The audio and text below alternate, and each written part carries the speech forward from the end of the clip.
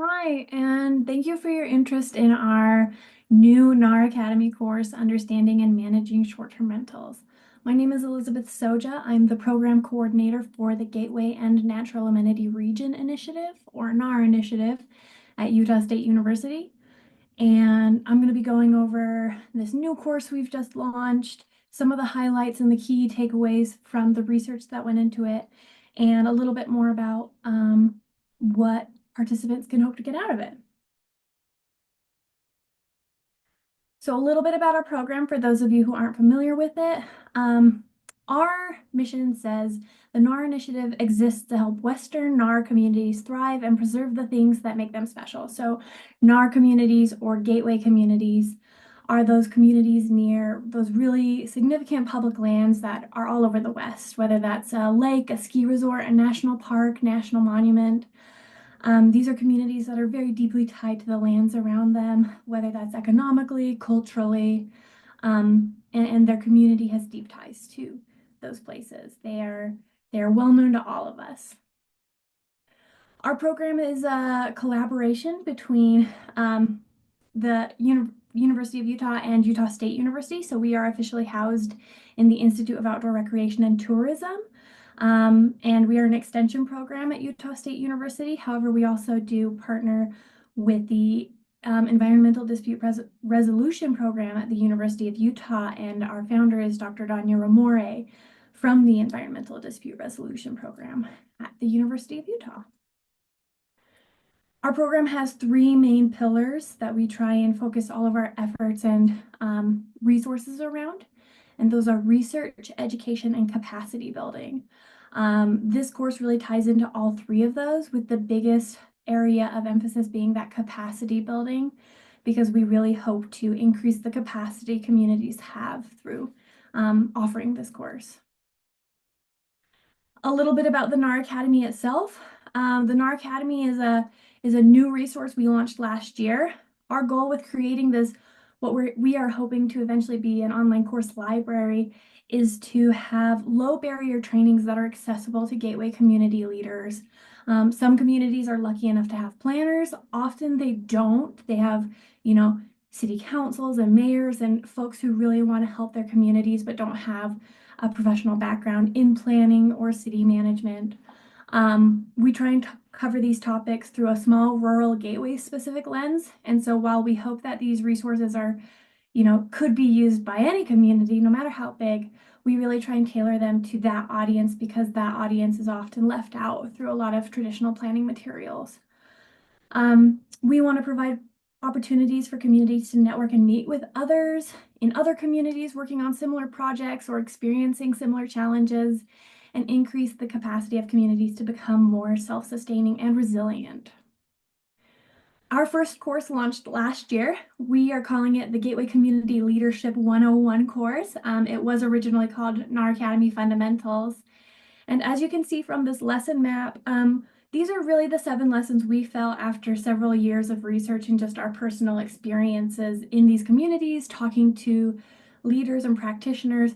What are the best skills for folks to have to navigate some of the challenges facing these places? This course talks a lot about what makes these communities special and different, community values and how to understand them and find them, and conflict and collaboration. How do you have challenging conversations within your communities? How do you reach out to the community and in an empowering way for those community engagement efforts, and working regionally, especially with your federal partners? So that is a course that we kicked off last year, and then it's hosted on the online Canvas platform. So if you are familiar with Canvas, it's a learning platform, a learning website, and this just gives you a little bit of a sense of the aesthetics of what it looks like online to navigate.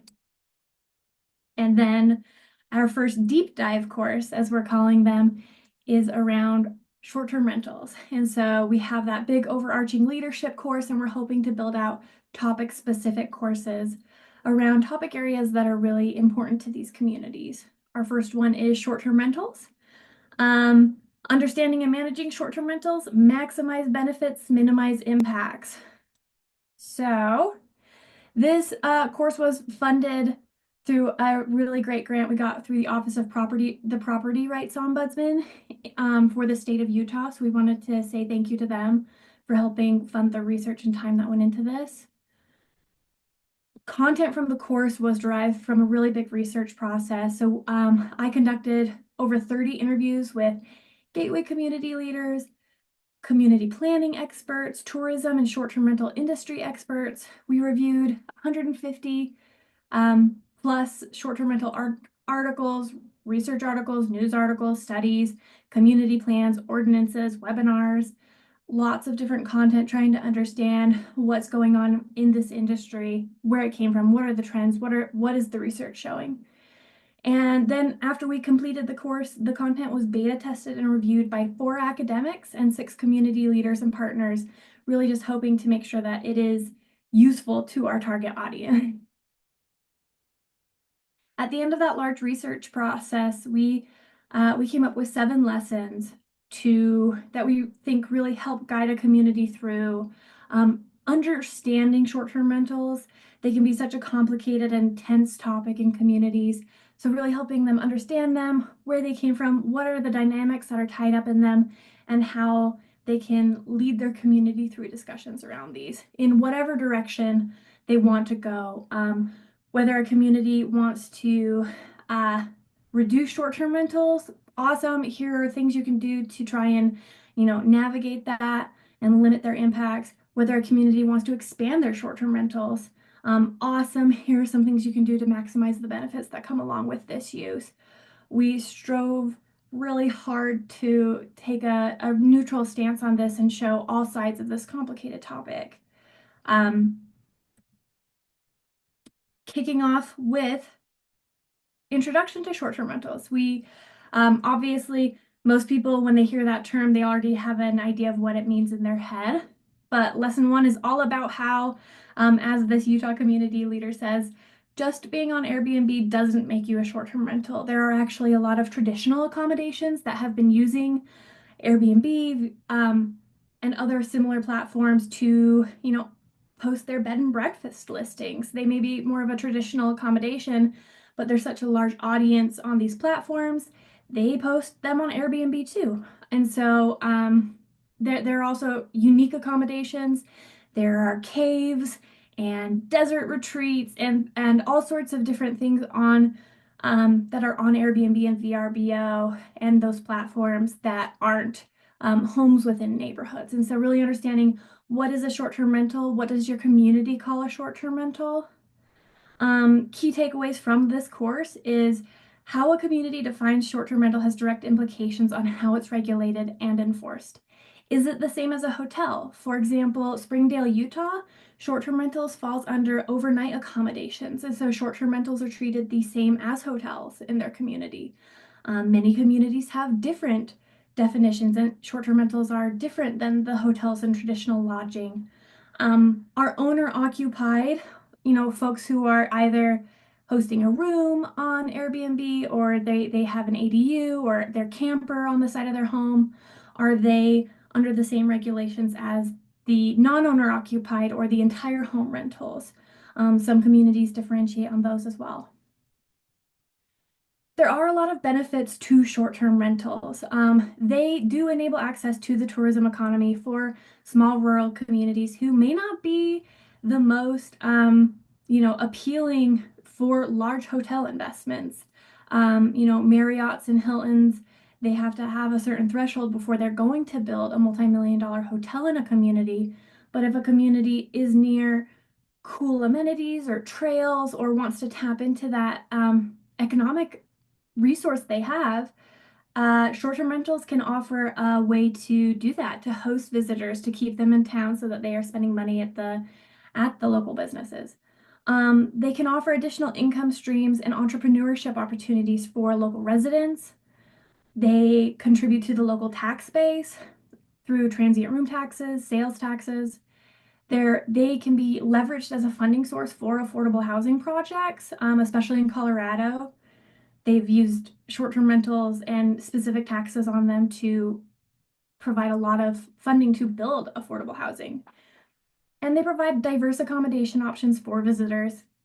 Often, you know, if you're traveling with a family, if you have multiple children, a short-term rental can be easier for visitors than renting several hotel rooms. You know, you have a kitchen there, you can keep an eye on the kids, you're all in the same space, which isn't always easy in traditional hotel accommodations.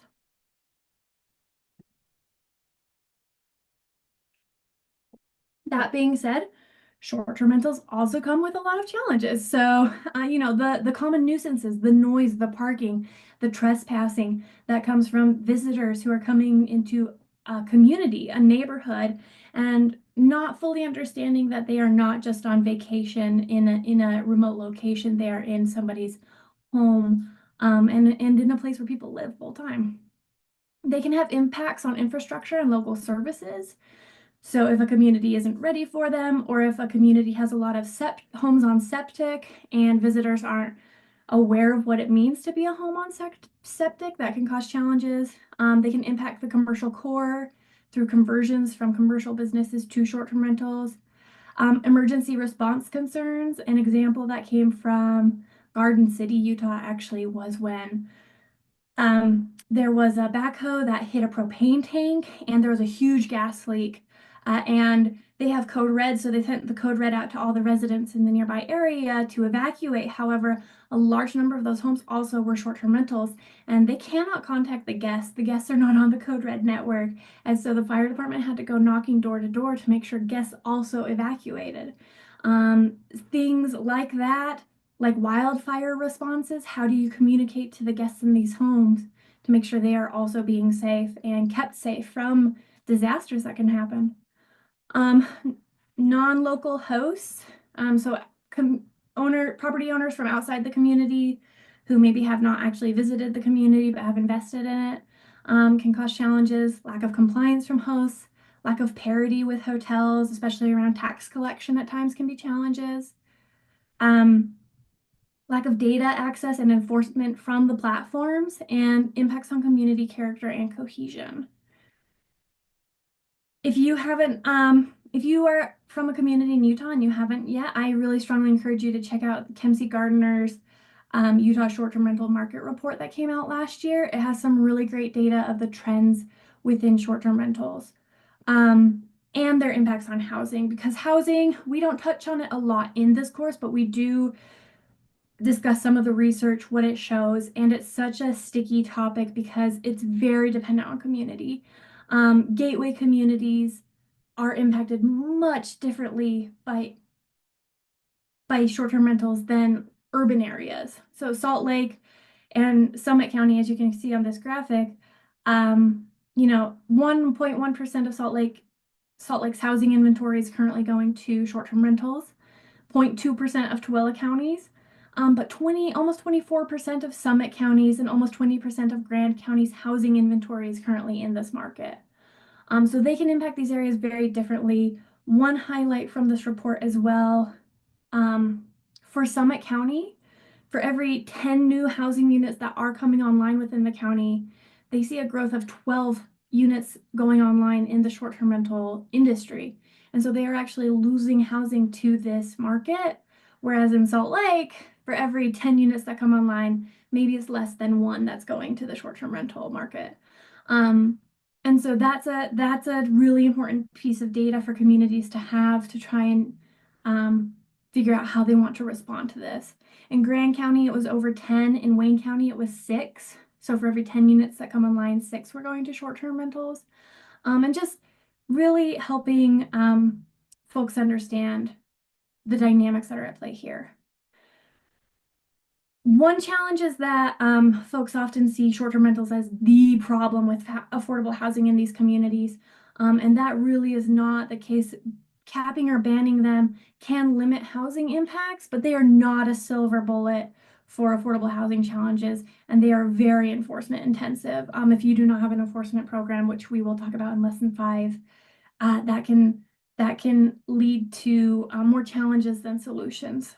Second home ownership is especially also a challenge in these places. They are beautiful places. People want to own a home and a property in them. To this point, There's a short-term rental versus dark home conundrum for some communities. When a property is owned by somebody who has it as a second or a third or even a fourth or fifth home, they may not actually need that to generate revenue for them. And so if you cap or ban short-term rentals, they may just choose to have that home be dark and just save it and go visit it the few weeks of the year they would like to go visit it.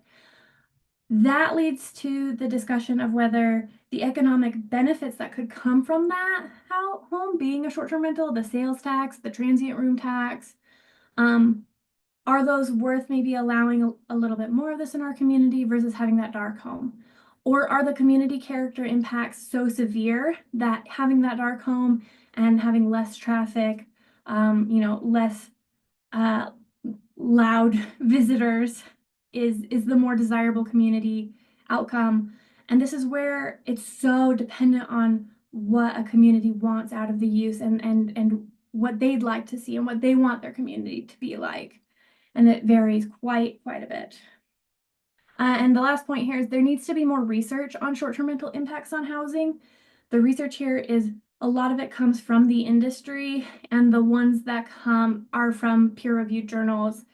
A lot of it is looking at large metropolitan areas, Chicago, New Orleans, New York, and there could be so much more research done on these, on rural gateway and resort communities. So, speaking of research, lesson 2 is all about data. In this lesson, we lay out 5 steps to help communities navigate data. Accessing data really should be done by professionals who can really understand and have training and how to leverage it and read it and see what it's saying. However, we really wanted to give community leaders an overview of like what could be helpful for them. So if they do bring in an outside consultant, they know what to ask for, they know what they're looking for from data. Each of these steps, understand your context, define short-term rental for your community, decide what data is needed, access the necessary data, and use data for informed decisions, has their own page within the lesson to dive in a little bit deeper on what that means. So you can see a little bit of a preview of what this looks like within the course.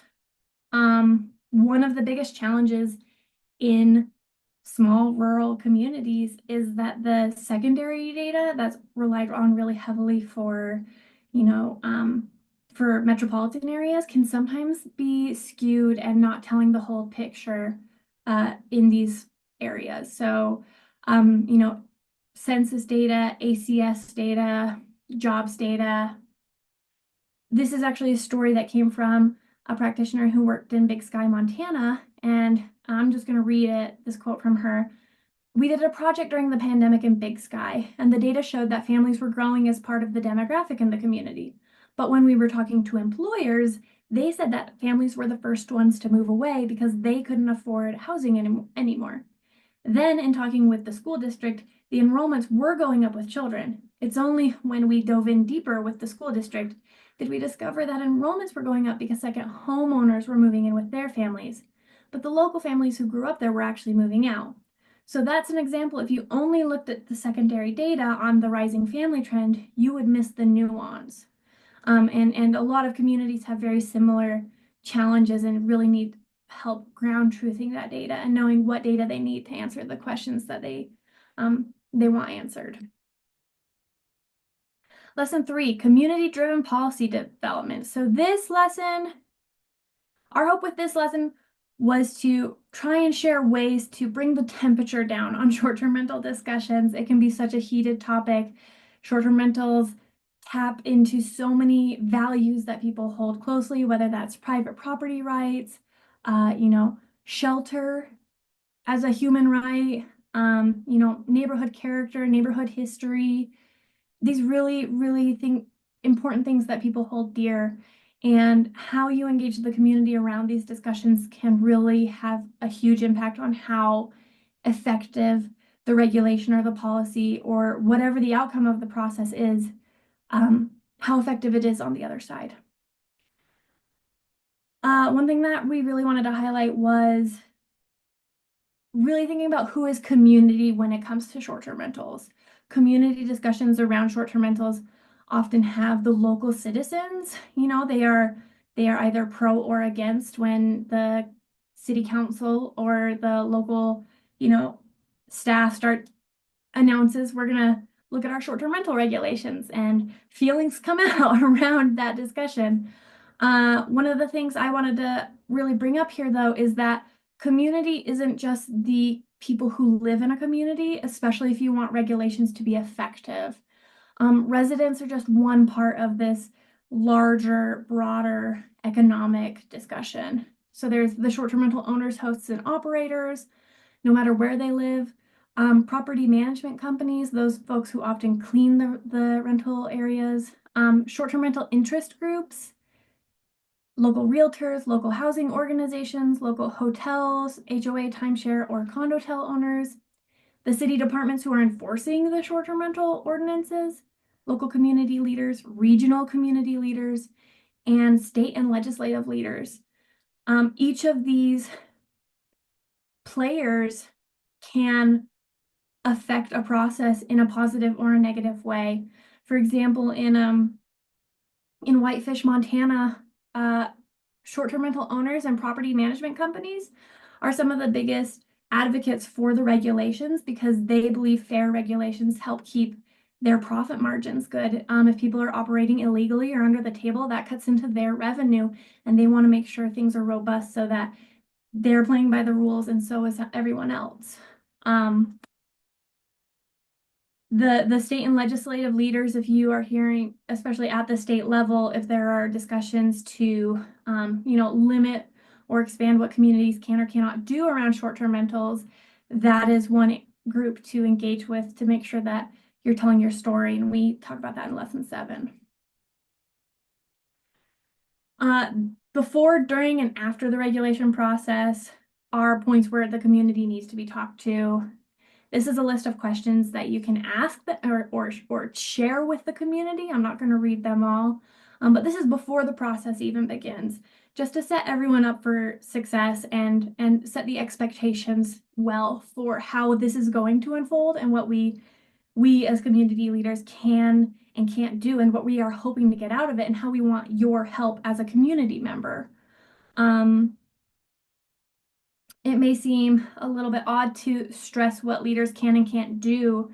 However, sometimes community members don't fully grasp what leaders are able to do within a state framework when it comes to regulation. And if they want to ban it, ban all the short-term rentals, get rid of them all, there's a high chance that you cannot do that under the state framework. And also, like, we would not be able to enforce that. That would be very challenging. It would take so much resource from the community to enforce something like that.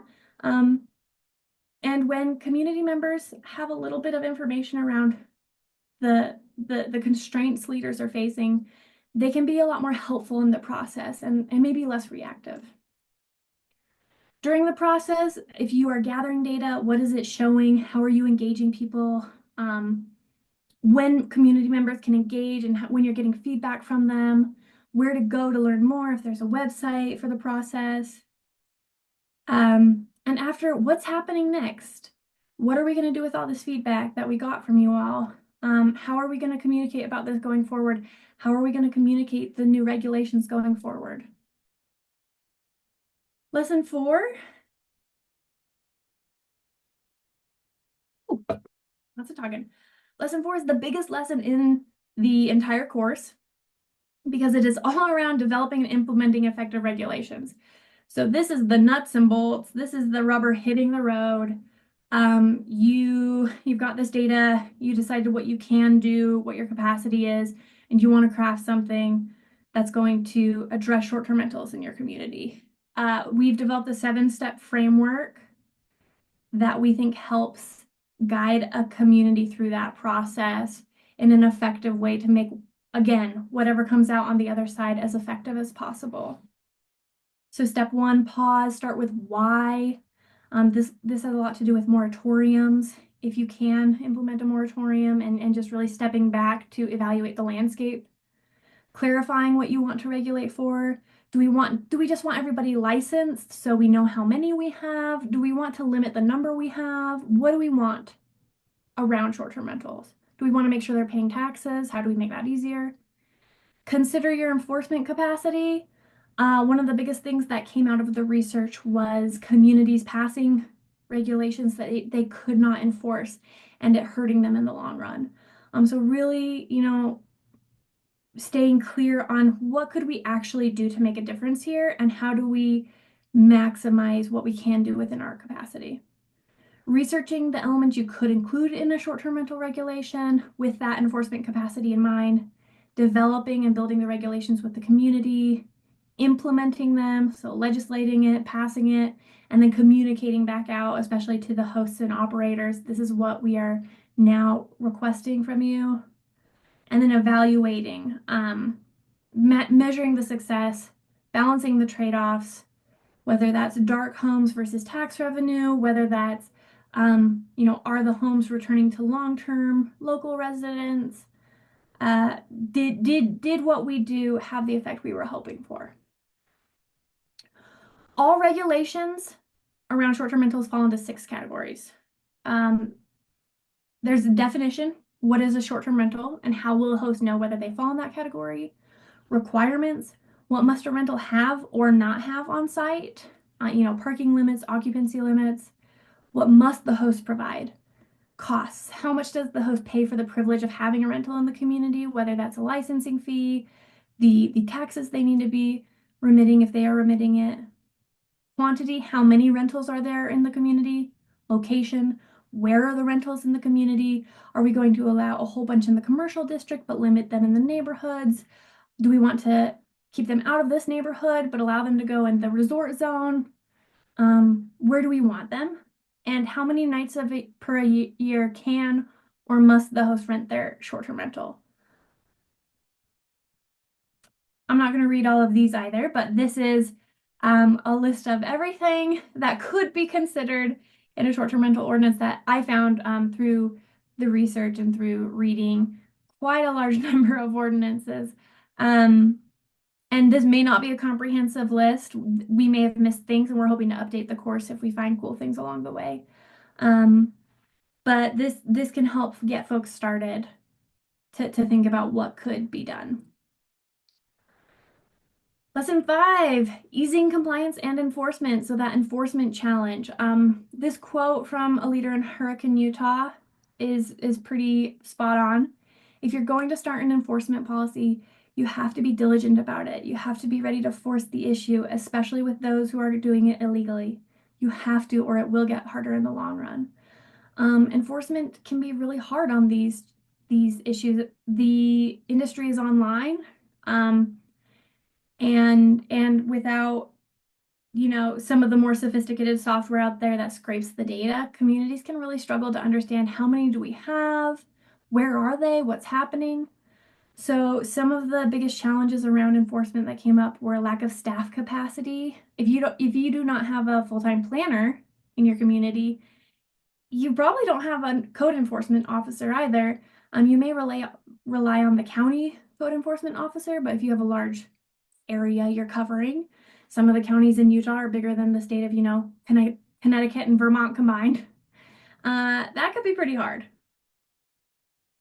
Lack of data needed to enforce, not enforcing existing regulations, navigating the local enforcement framework. We'll talk a little bit more about that. Navigating the state legislation environment, enforcing against loopholes, uncooperative, non-responsive hosts, understanding and obtaining the correct taxes. Taxes was a big challenge communities have. So going back to that enforcement framework, there are several things that communities can consider to make enforcement easier for their staff. Are short-term rental permits a legislative or an administrative decision? So legislative means to get a permit, the city council has to vote yes, in an oversimplified way. It requires legislative approval. Whereas in an administrative process, if you check all these boxes, then the city clerk can stamp your box and you have a short-term rental permit. those are pretty different lists on how to get those issued. Very similarly, is enforcement a legislative or administrative decision? To go after a host who might be operating illegally, does the city council have to vote about, yes, we're going to send him the fine. Yes, we're going to send him the notice, the warning letter. Or is that something the planner can do? Can they send that on their own? So Hurricane Utah just shifted from a legislative to an administrative decision, and that has helped ease their enforcement challenges with short-term rentals a lot because they don't have to have a list that comes up at the next city council meeting. Their enforcement officer can start addressing issues that come up right away. And finally, is your enforcement process a civil or criminal enforcement process? So in Steamboat Springs, to get, if people are not complying with the warnings, immediately it goes to municipal court. And that once you get a lawyer involved, it gets so much more expensive. Telluride, Colorado has shifted it where they can do a lot of the process just through staff, sending those warnings before getting the courts involved. And then the courts only have to get involved when there's a really bad egg who just really doesn't want to play by the rules. That can save money and time and resources for a community, just simplifying that procedure. Early investments to help with compliance and enforcement. Having a one-stop shop for short-term rental owners and operators on your website. Infographics that help them navigate the regulation process. We understand that, these aren't really available to every community, but there are simple things folks can do to make it easier. One of the biggest challenges with short-term rentals is nuisance complaints. And so, Winter Park, Colorado requires these good neighbor policy guides to be in short-term rentals. And they are pretty helpful. They have a number for that local contact.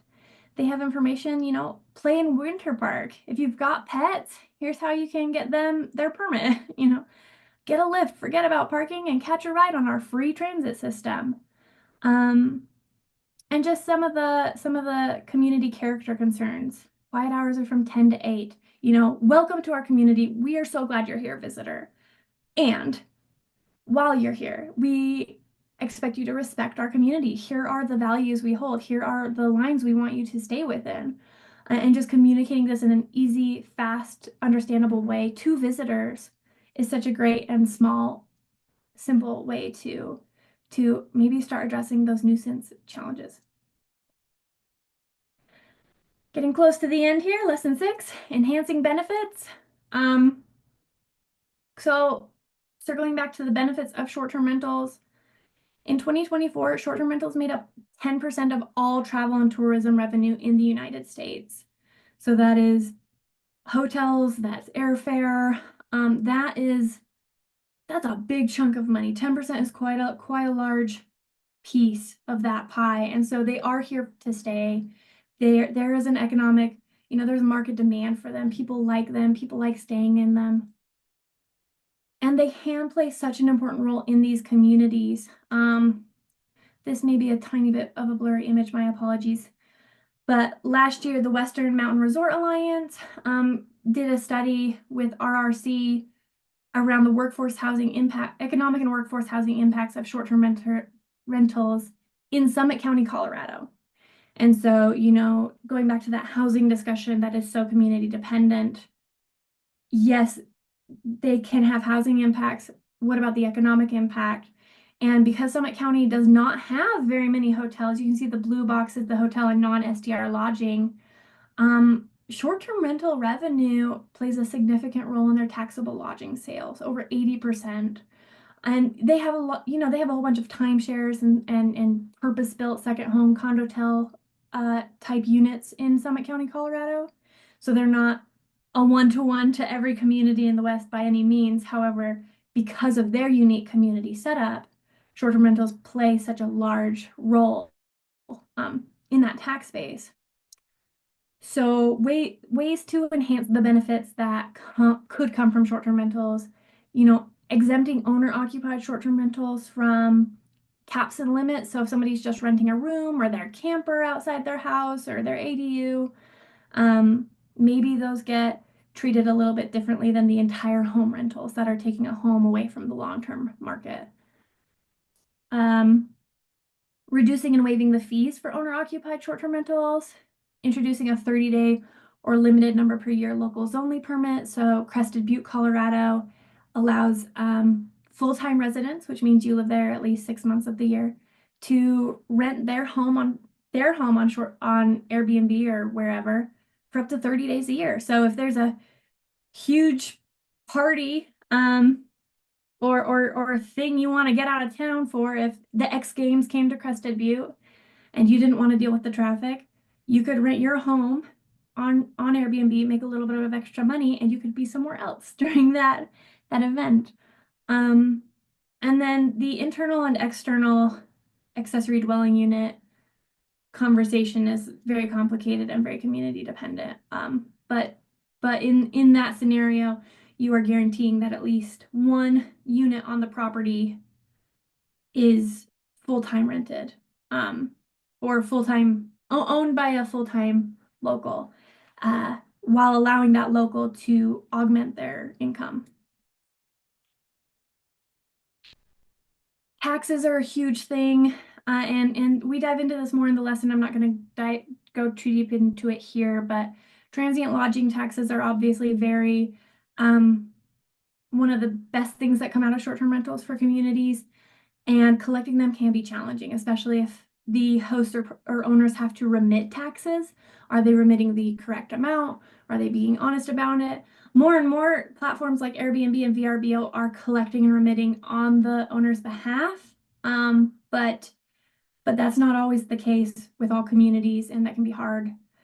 Not in Utah, but like I mentioned earlier, in Colorado, they allow home rule communities to pass a short-term rental excise tax. So they can have the transient lodging tax and a short-term rental accommodation tax on top of that, so that this use is providing additional revenue to their community needs, whether that's affordable housing, infrastructure impacts, etc.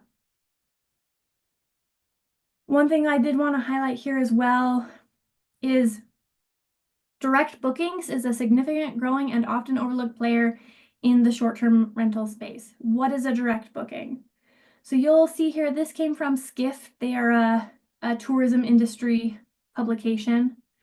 So in June 2024, this is the percentage of the market that came from each of these sources in the reservation. So Vrbo is here, Airbnb is here, and 30% came from direct bookings. What is a direct booking? So a direct booking is not somebody who knows somebody and then they pass cash under the table. So direct bookings is an example of the short-term rental industry as a tech industry evolving and getting more and more sophisticated. So direct bookings there are platforms like HostAway that basically allow a property owner or a property manager even to subscribe to their platform and book through their platform. So they don't need to pay Airbnbs or VRBOs overhead fees. They can retain more of the revenue for themselves. It almost allows them to create their own hotel website, and guests can book through that hotel website, except it's for the short-term rentals. And this is getting more and more popular every year as hosts get more sophisticated, as the industry gets more sophisticated. A lot of them have decided to try and attract more personal bookings as opposed to going through that third party. So this is something where if a community has a code enforcement officer who just peruses Airbnb and Vrbo to check for illegal listings, they may be missing some of the potential short-term rentals in their communities. This is where the software, so Granicus, Rental Escape, there are a number of large tech players out there, can help, because they scrape the web, they give you the address, but they can also be so expensive for communities to contract with. So that can be a big challenge that we just wanted people to be aware of. And finally, how to stay engaged with shifting trends. It is a tech industry. It is a shifting industry. Short-term rentals are, as much as we think they're here to stay, they zig and zag like everything else. You know, this was from just last week. Breckenridge Tourism says summer bookings are down 16%. And then in South Lake Tahoe in 2018, they passed this essentially a ban on short-term rentals, and it was overturned by the county court a couple weeks ago. And then once city council decided not to appeal it, a neighborhoods group filed a new lawsuit to keep it going. And then, you know, short-term rentals with the recession, with the uncertainty of everything that's been happening lately. My hope in sharing these is just to show there's never anything certain in this life. Like nothing is stable, and short-term rentals fall in that category as much as they feel like they're permanent and here to stay, and they are very resilient.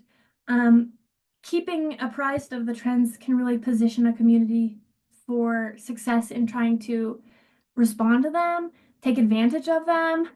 If you're seeing, you know, decline, if hosts in your community are seeing declining revenues, what's a pitch the community can make to help them consider renting long-term instead of short-term if that market has shifted?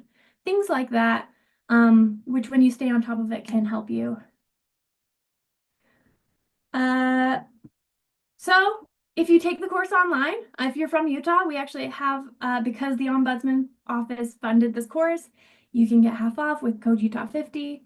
Upon completion, you get a cool digital certificate, a badge. We are hoping to offer twice a year peer-to-peer learning experiences with other participants from across GNAR Academy. So other community leaders, other folks who've taken this course or other courses along the way. We have a LinkedIn group of community leaders we're hoping to grow and maybe activate a little bit more. And we have 7 CM credits for AICP members who want to get that planner certification maintenance. And with that, I've wrapped up. If you have any questions from anything here, any questions about the course, about short-term rentals, if you just want to nerd out on them with me, which I could do because I have thought so much about short-term rentals recently, please shoot me an email at liz.soja@usu.edu. If you want to sign up for the course, we'll have the link in the description below. And I hope this has been helpful for you, and we hope to continue to offer things like this to help gateway communities. So with that, I hope you have a great day. Bye.